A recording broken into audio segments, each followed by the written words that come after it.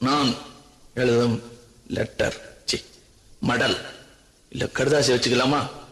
ஆனா கடிதமே இருக்கட்டும். படி. கண்மணி அன்போடு காதலன் நான் எழுதும் கடிதமே. பாட்டாவே படிச்சிட்டியா?